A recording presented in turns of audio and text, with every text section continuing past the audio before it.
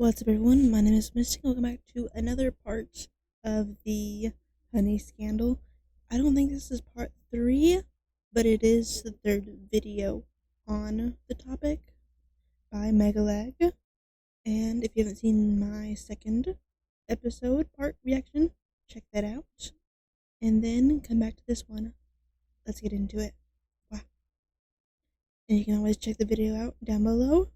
The honey scam is worse than I thought. Uh-oh. I think this is supposed to be a different topic than what was in the last one, I think. So, let's see what gets covered. Ooh. Last year, 18 million people witnessed Honey Damn. Scheme, how they were poaching affiliate commissions from influencers, bloggers, and virtually every player in the affiliate marketing industry. Yeah. But that wasn't the full story. Right. Over the past year, I've been digging deep into Honey's code and discovered something huge. Mhm. In 2017, under the leadership of co-founders Ryan Hudson and George Ruan, Am I- Honey secretly engineered a sophisticated system. I don't know why YouTube just turns off my subtitles. Like, I don't know why they do that.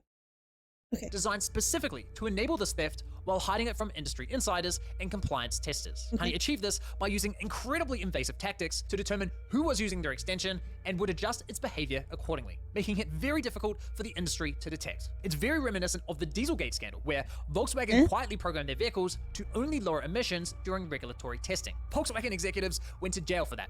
But this, in my opinion, this involves intentional, I never heard provable about theft that. from thousands of ordinary people by a Fortune 500 company. PayPal has had 5 years to find the system, investigate it, and report it to authorities. Instead, they've made multiple alterations to it and have ultimately allowed it to continue operating. So in this video, I'm going to demonstrate what the system is and how it works. I'll also be addressing Ryan Hudson's claims that I misled viewers in my first video, and I'll be doing so with In a the host first of new one? data, bringing more damning insights into his former company. As always, the views, allegations, and conclusions expressed in the series are my opinions, Mine based on too. evidence I've gathered, which will be shared throughout. Ladies and gentlemen, Anything I say welcome is my own personal opinion. No one else's. It's not fact. Don't believe everything I say. to the Cookiegate scandal. Oh! Oh, like cookie,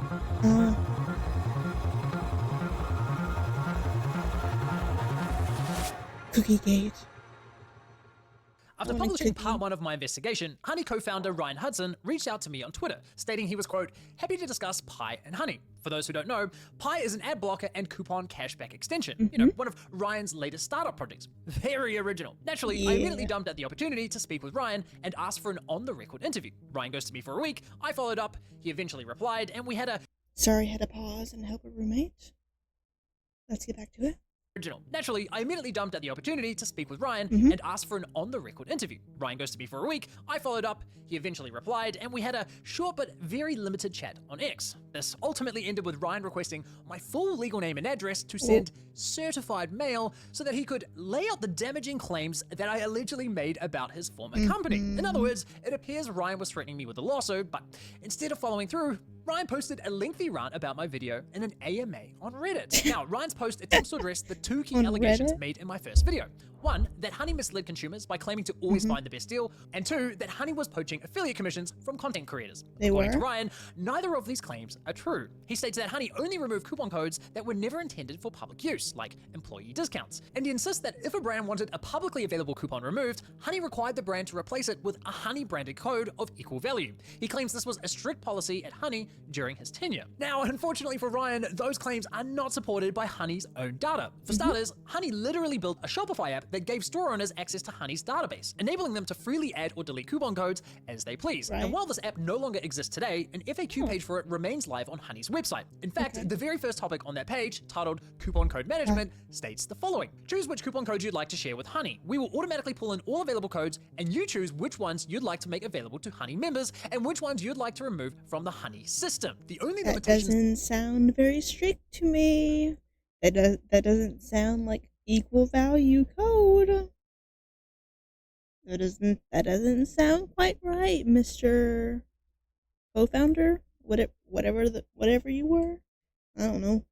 mentioned in Loser? this document are that stores had to keep at least one coupon code live at all times. Okay. And there is absolutely no stated requirement that this coupon code must be of equal value to the highest publicly available coupon, as Ryan claims. And for the record, this app launched in 2021 while Ryan was still working at Honey. So as you can see, Ryan's story quickly falls apart on its own. But once you start digging into the data from Honey's database, the situation looks a whole lot uglier. So let's take a closer look. In the spreadsheet, we can see every store Honey supports, along with the unique ID Honey assigned to each brand. We can also see the store's country, when Honey added it to their database, how many Honey users visited in the last 30 days, how many coupons Honey had on file for that store, and whether the store offered cashback, and if so, how much. We also have a dedicated spreadsheet with every coupon code Honey had on file. Now, how many coupon codes did Honey claim to have again?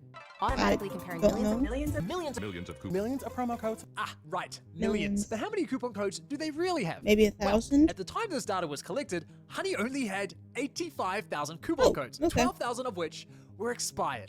That's quite the rounding error. We can also see that when a coupon code has expired, Honey marks it as hidden. Now, you would think that when a coupon code is expired and marked hidden, that Honey stops offering that coupon at checkout, right? Yeah, no, that's not what happens. Instead of removing the coupon code from their system, Honey simply changes the way coupon codes are displayed to users.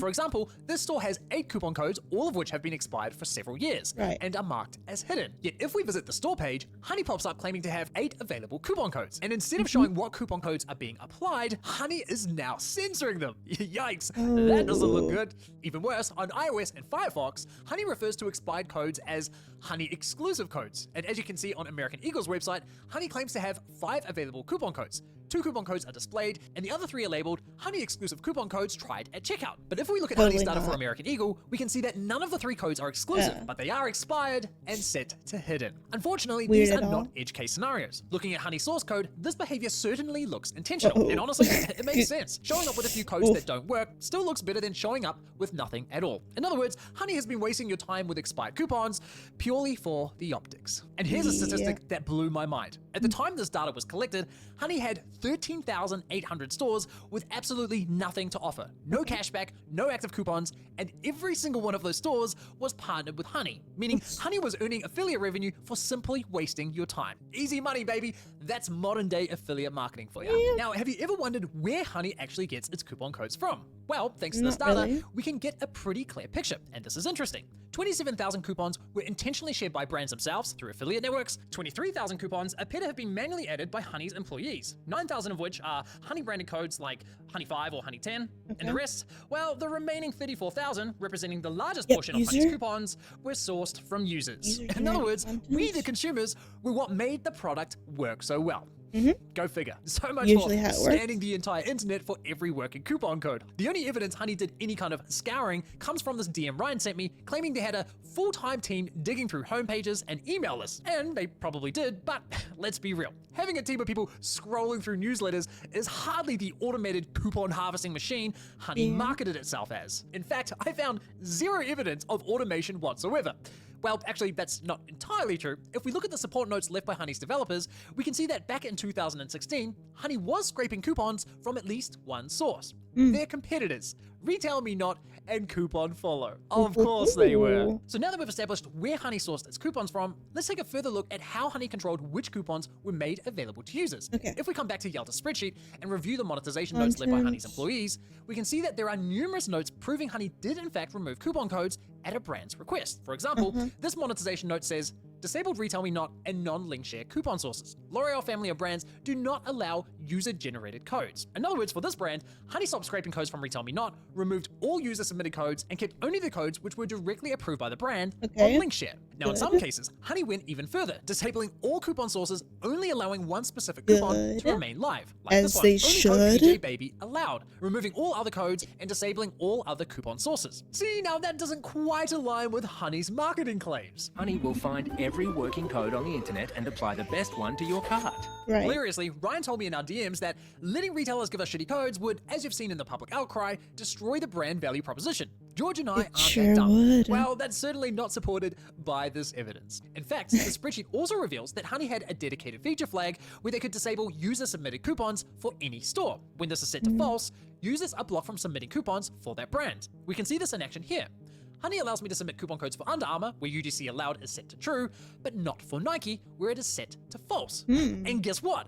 Honey has this set to false for over 2,000 brands, virtually all of which are, you guessed it, partnered with Honey. Now, you might think that this service is proof that brands were secretly colluding with Honey to give users shitty deals, but this actually has less to do with the brands and more to do with the fundamental rules of affiliate marketing. And this is where Ryan's argument completely falls apart. You see, most affiliate networks have a very clear set of rules to protect brands from having their coupons leaked online, for all the reasons I highlighted in my previous video. These rules explicitly state that brands alone decide which of their coupon codes can be distributed and which ones cannot. This is not just an expectation, it's directly spelled out in most affiliate network terms of service. And it's reinforced by industry-wide guidelines like the Internet Advertising Bureau's Voucher Code of Conduct. Additionally, brands themselves typically have their own set of rules that you must read and agree to before joining their affiliate program. This here is my account on the AWIN network. Honey too will have an account just like this. So let's pretend I'm Honey and I want to find a new merchant to partner with. Let's check out Nike. Now, if I want to join Nike's affiliate program,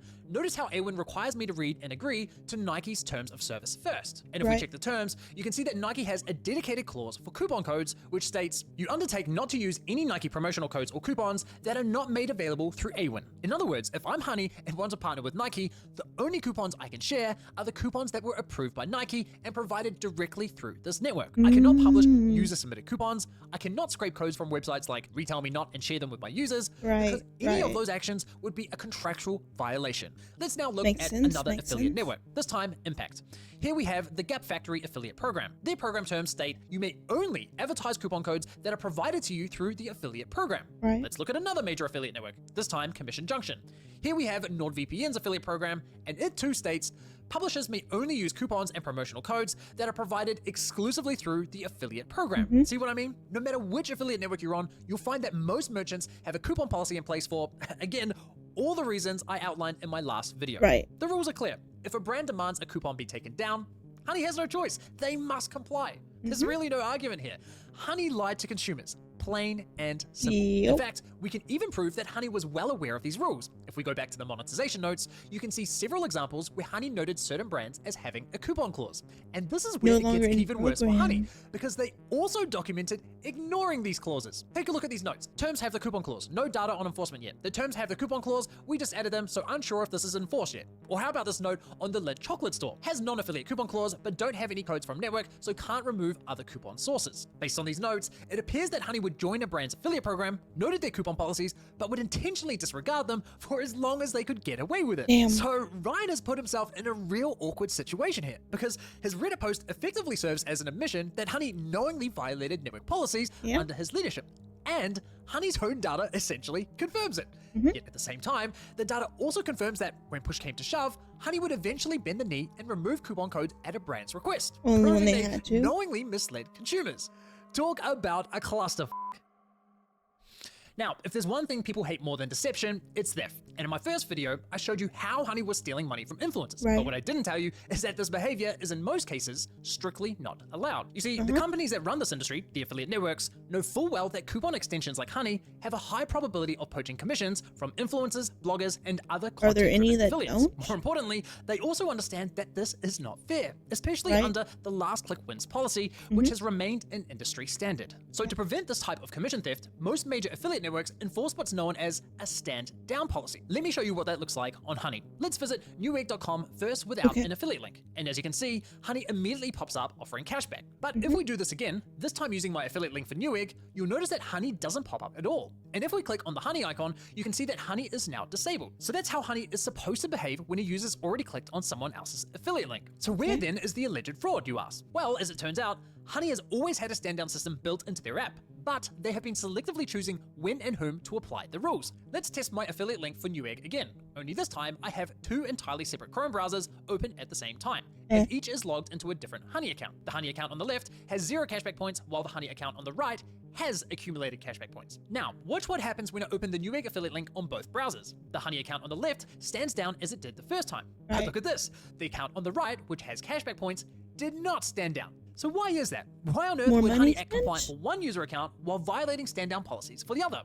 Well, that right there is the fraud. And once you understand why this happens, you'll be shocked at just how calculated and insidious this behavior is. But before we unpack exactly what's going on here, it's important we first understand how honey stand-down system is designed to work.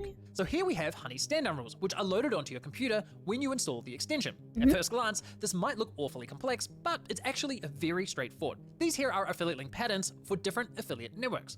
Once Honey detects a user has clicked an affiliate link that matches any of the patterns in this list, Honey should, in theory, stand down. Now, if we go back to my Newegg affiliate link, you can see it says click.linksynergy.com, and all my other Rakuten links have the exact same pattern. Looking at Honey stand-down rules, we can find that link synergy pattern in the list. Above the link patterns, you'll notice the label provider. This simply tells Honey which affiliate network the pattern belongs to. For example, LS refers to Linkshare, which is now owned by Rakuten.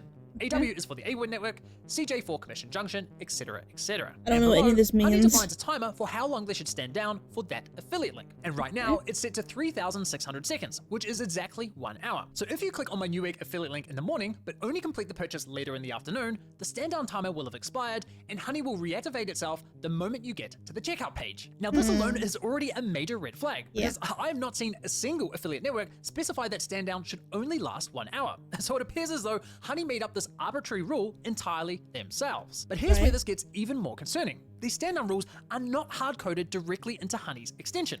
Instead, they are stored in the cloud on Honey servers, which you can access through this URL. And the Honey app installed on your computer checks for updates to these rules every hour. Now, that's a very suspicious setup because stand-down rules are not something that should require frequent updating. But since Honey is refreshing them hourly, it means that a Honey developer could quietly make changes to the stand-down rules right now, and within an hour, all 20 million Honey users, 14 million Honey users, would automatically have the new rules. The fact Honey can alter their behavior like this on the fly without any updates or transparency is very concerning. In fact, I was able to find an archive of these rules on the Wayback Machine from 2023. Have they changed? Back then, Honey was only standing down for 360 seconds, which is 6 minutes. Mate, it takes me more than 6 minutes to type in my credit card details. So when exactly did these rules change? Why did these rules change? Did Honey lengthen their stand-down window after my video came out and the lawsuits started rolling in?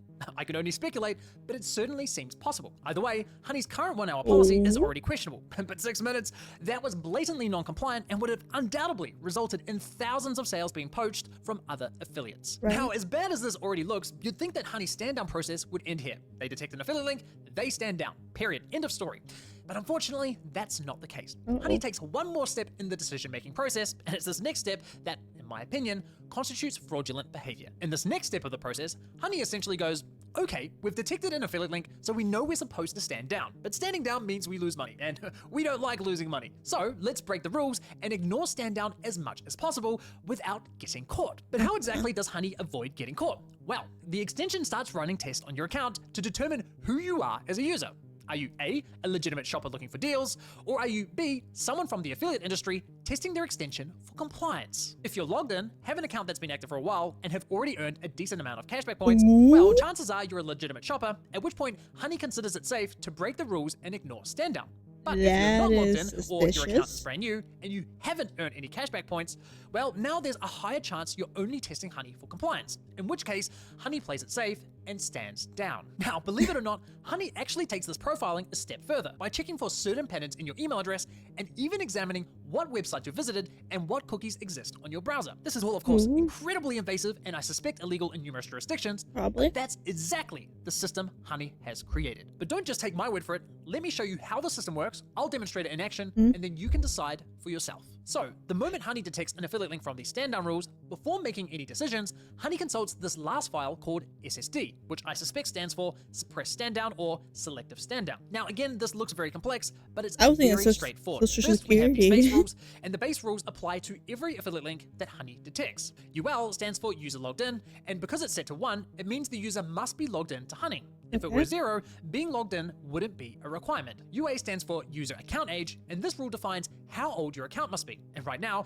it's set to 30 days in milliseconds for whatever reason, hence the very long number. UP stands for User Points, and it's currently set to 501. We'll ignore these last two rules for now. I'll explain what those are later. So the way this works is, if your Honey account passes all 3 of these rules, Honey considers you a legitimate shopper and will not stand down. However, if your account fails any one of these rules, like your account is only 29 days old, Honey considers you too risky and will therefore play it safe and stand down. Honey can also create network-specific rules. This LS refers to Rakuten links. So for Rakuten affiliate links, it now requires that a user must have over 20,000 cashback points. In other words, these original base rules still apply to Rakuten links, except for the original points threshold, which has now been increased from 501 points to 20,000 points. Honey can also create store-specific rules, which is what we have here. For example, 131 is Honey's store ID for Newegg, and this much longer ID is for NordVPN. So that's the gist of it. Now, Why are they let's so see much these rules higher? in action. Let's start by clicking this Boohoo Man affiliate link, which in theory, Honey should stand down for. Right?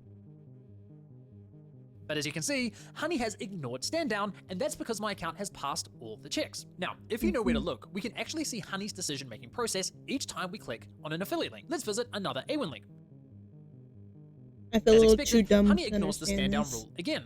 But notice here how it says SSD? That's the extension confirming that it was supposed to stand down for this link, but didn't because my account passed all of these rules. But what happens if we fail one of these rules? Let's click on this Rakuten affiliate link. Since Rakuten links require 20,000 points and my account only has 10,000, this time my account is going to fail Honey's engagement test. And sure enough, Honey stands down for this link. And as you can see here, Honey confirms which rule my account failed, which was the 20,000 user point requirement. But what if we click on this Newegg link, which is also on the Rakuten network, but has a store-specific rule for 10,000 points? Well, remember, store-specific rules take priority over network rules. Therefore, Honey ignores stand down as my account now meets the required points for this link. Let's do one more for good measure. This time, NordVPN, which has a store-specific rule requiring an account age of 8 years. As you can see, Honey stands down because my account is only 8 months old, not 8 years. So now that you understand how Why the is system it works, so it's important to note that I slightly customize these rules short, to more so clearly long? demonstrate how the system behaves. The actual rules, which I'll For show you in a moment, are NordVPN. actually much less strict. This Is it 'cause they customization was showed it necessary in the because I video? wanted to clearly illustrate what happens when my account both passes and fails Honey's checks, especially since my account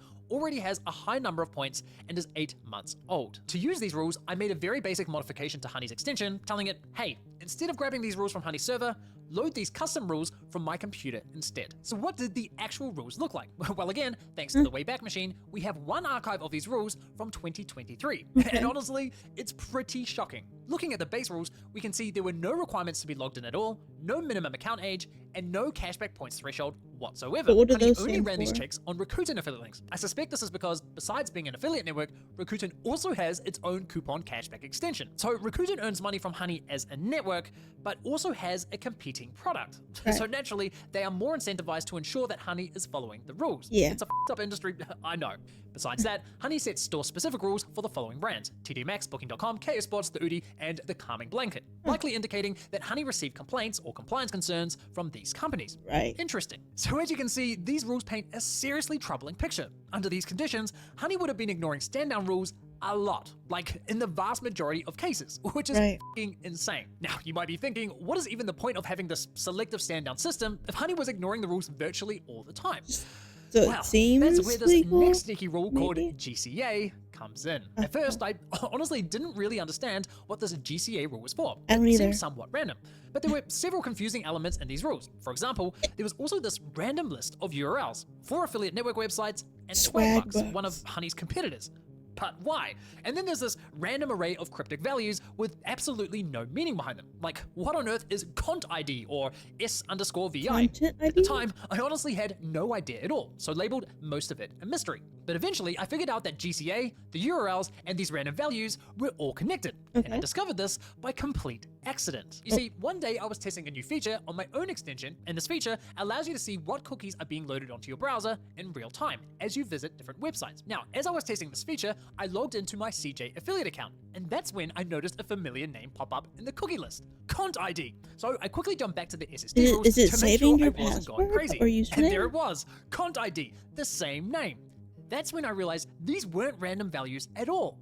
They were cookies. At that point, I also noticed there were exactly 5 URLs and 5 cookies. The first URL in the Okay. list is cj.com, and the first cookie in the list was ContID. So I wondered, were these two lists somehow connected and in order? If they were, that would mean that if I logged into, say, my A1 affiliate account, I should see a cookie named Network Group load into my browser. So I Right. quickly logged into my A1 affiliate account, and there it was, Network Group, another cookie from Honey's list. Okay, And what at does this this point, mean? I I'm don't thinking, know. what the f***?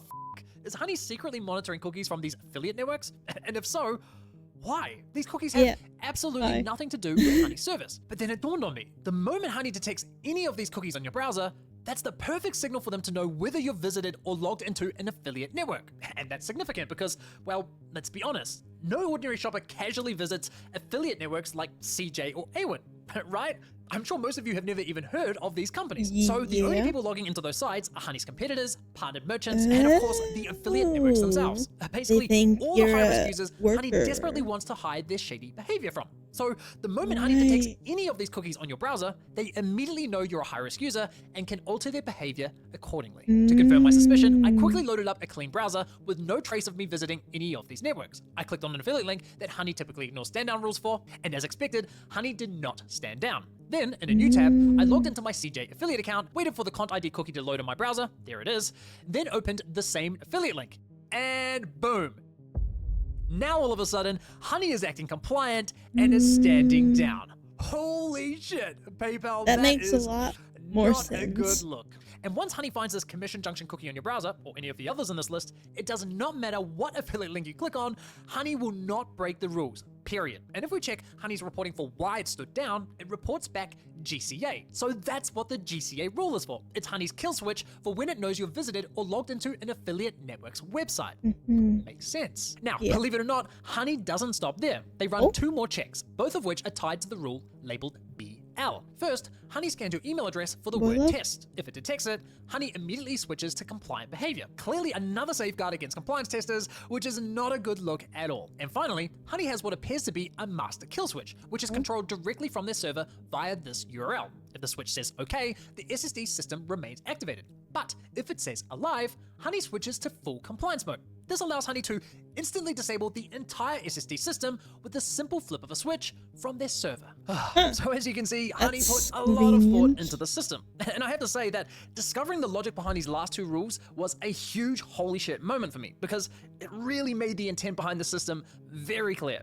But Right. before we dive deeper into my thoughts on this, first, let's look at what the SSD rules are right now. As you can see, PayPal has quietly stepped in and added a whopping 65,000 point requirement under the base rules. Now, I imagine that only a tiny percentage of Honey users have acquired 65,000 lifetime points. Yeah, So that's PayPal like has effectively hundreds limited and how often hundreds, Honey right? engages in this questionable behavior, which explains why Honey's stand-down behavior has changed so drastically. In other words, this change wasn't just an update, it was PayPal's attempt at a cover-up. Now, I did briefly consider going on an insane shopping spree to earn those 65,000 points, No. purely to demonstrate Honey's system without using any modifications, but then I realized whoever made the changes to these rules made a critical error. They accidentally left behind a network-specific rule for Rakuten links, lowering the points threshold to just 5,000 points, much more manageable than 65,000. This oversight was exactly what I needed, a chance to expose Honey's illicit behavior using their own untouched, publicly available extension and rules. So I went on a painfully expensive shopping spree, targeting products with the highest cashback rates. And sure enough,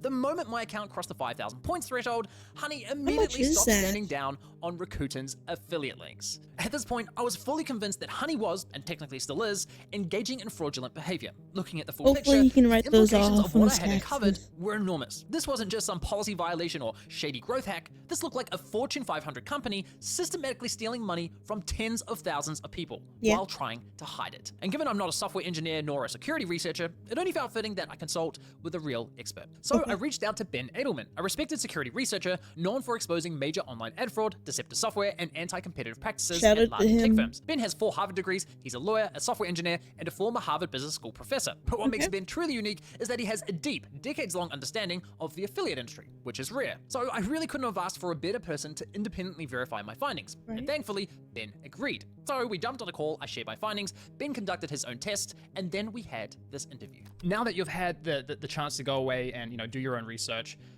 were you able to replicate my findings? And if so, how would you characterize the purpose of the system that Honey implemented into their browser extension? Your findings are on target. Honey stands down, but only sometimes. And the sometimes is predictable. It's a little different from anything I've ever seen in my whole career testing this stuff, frankly.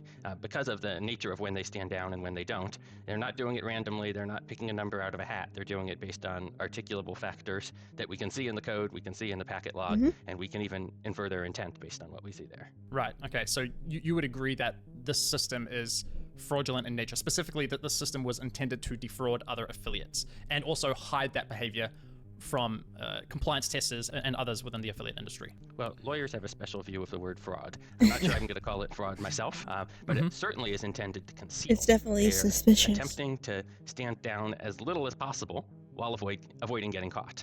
Those objectives are intention, of course. The more you don't stand down, the more you're likely to get caught for not standing down. Right. So they're trying to figure out in what circumstances can they avoid standing down and not face a material risk of being caught.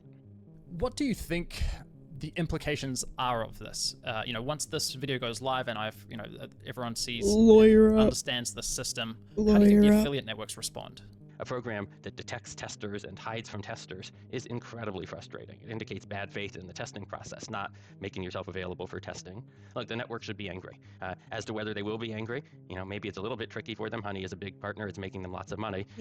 But they should be angry. Based on the facts, anyone who has a application under test that is hiding from the tests, they should be angry about that. Now, Ben also played a key role in exposing one of the largest affiliate fraud cases in history, where 2 individuals went to jail for defrauding eBay of millions of dollars. So naturally, I was curious whether he thought this could also lead to criminal charges. Criminal charges for corporate misconduct are pretty usual in the United States. Not unprecedented. Volkswagen is an obvious example, and there are plenty of other corporations that have ended up in criminal litigation. I wouldn't expect that. I'd expect civil litigation. But if I were in charge, yeah, this kind of misconduct, where you intentionally falsify the results that professional testers get in order to advance your business benefits, looks like a violation of, it's wire fraud, right? And misrepresentation over the wires. Honey would say, well, we didn't misrepresent anything. The wires correctly represented what actually happened. We changed our behavior depending on what was happening. That didn't misrepresent it over the wires. I don't know. They misrepresented that funds were payable to them when in fact funds were payable to other people, or maybe not at all. So I'd charge it on a wire fraud statute, but I don't hold my breath about that. And how high functioning is law enforcement right now? The FBI lost a lot of talented people over the past couple years, and so I don't presume that there are technical staff who are able to do this work. A lot has to break right for there to be criminal liability for these violations. When was this I really have to thank Ben for his time here. Having someone with his level of technical expertise confirm my findings was immensely valuable. Not just for me, but I think for everyone following this investigation. Ben will be publishing his own in-depth research into the system on his blog, so I highly recommend checking that out. I'll link it below. So now that we've established what the system is, that leaves us with one last critical question. Right. How long has this been going on for? Was the system developed under PayPal's leadership or under the leadership of Ryan Hudson and George Ruan? I knew the best way to find out would be to locate as many historic versions of Honey's extension as possible and to sift through each version's code. And thankfully, I found almost 300 archives dating all the way back to 2014. Damn. Nice. So I started methodically checking That's each like the version original, one by one, isn't it? looking for any mention of the SSD rules in the code, and found references dating all the way back to version 13.1.0, which was released in March of 2021. Now, keep in mind, PayPal acquired Honey in 2020, so I was initially under the impression that the system was developed under PayPal's leadership. Right. That was until I stumbled across an article written in 2020 by security researcher Vladimir Pellant. As I read through his research on Honey, this one section stood out where he found that Honey was encrypting specific chunks of their code to conceal it from outsiders. And in one of the screenshots showing this encrypted data, I noticed something familiar, a reference to SSD. I thought, holy shit, is this the same SSD? Was Honey originally encrypting the code behind the system to conceal it from outsiders? How does that work? Thanks to Vladimir's expertise, he was able to decrypt this data and shared a portion of the code in his article. And what do you know? Another familiar name shows up, Cont ID, and a reference to the CJ affiliate network. At this point, I was confident he had found the same SSD system. The only issue was that Vladimir only shared a small portion of the decrypted code. But thankfully, Why? the URL to this encrypted data was still active. And Vladimir included instructions on how to decrypt it. W in the chat for Vladimir. So I downloaded the code, decrypted it, and sure enough, it was the same SSD system. It checked if you were logged in, how old your account was, if you had over 500 cashback points, whether your email contained the word test in it, and of course the classic, do you have any affiliate network cookies in your browser? Armed with this critical insight, I expanded my search and traced the system all the way back to version 10.5.2, which was released in October of 2017, suggesting the system was engineered while Honey was under the leadership of Ryan Hudson and George Ruan, and has been around for a staggering 8 years. Oh, Now, with that that was said, 8 it's years important we ago. clarify a couple of things. First, these archives were sourced from a third-party site called CRX for Chrome.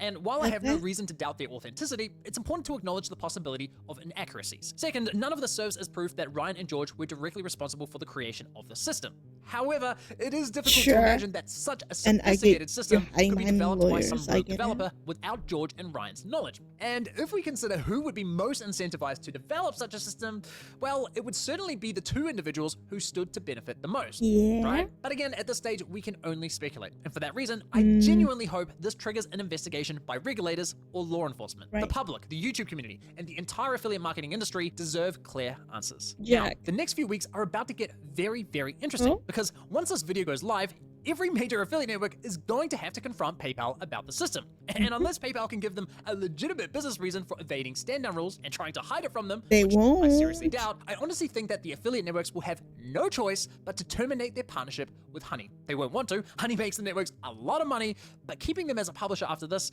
it isn't just risky, it's a potential PR disaster. The severity of the misconduct here is just too high. Even if Yeah. you put aside the possibility of wire fraud charges, let's not overlook the fact that Honey has been snooping around your browser for cookies entirely unrelated to their service. I cannot stress enough how significant a privacy violation like that is. These are all factors the networks will have to weigh carefully when making their decision. Now, I'll be leaving a link below with access to the Honey files, so you can review the data yourself, and I highly encourage you to do so. I'll you also can check include a it out separate, that more down technical video below. that dives deeper into my testing leave processes the and video the down technical below. nuances of Honey's system. This should be particularly useful for security researchers, lawyers, and of course, the affiliate networks. There's also a backup of Honey store data on the Wayback Machine. So I'd like to thank the archive team for helping me facilitate that. And of course, a big thanks to archive.org for providing such a valuable platform. Nice. Finally, if you have any information about the system, particularly regarding who was involved in its creation, please feel free to reach out to me anonymously via Signal or Proton Mail. And just to set expectations, part 3 is coming, but it is a massive project and the story is still unfolding in real time with all the ongoing It class may be action another lawsuits. year. I suspect part 3 will require a lot of travel and coordination, and I'm currently a one-man team doing all of this myself. But in Good the luck, meantime, man. I look forward to Ryan's follow-up AMA on Reddit. Hope you enjoyed. Bye-bye.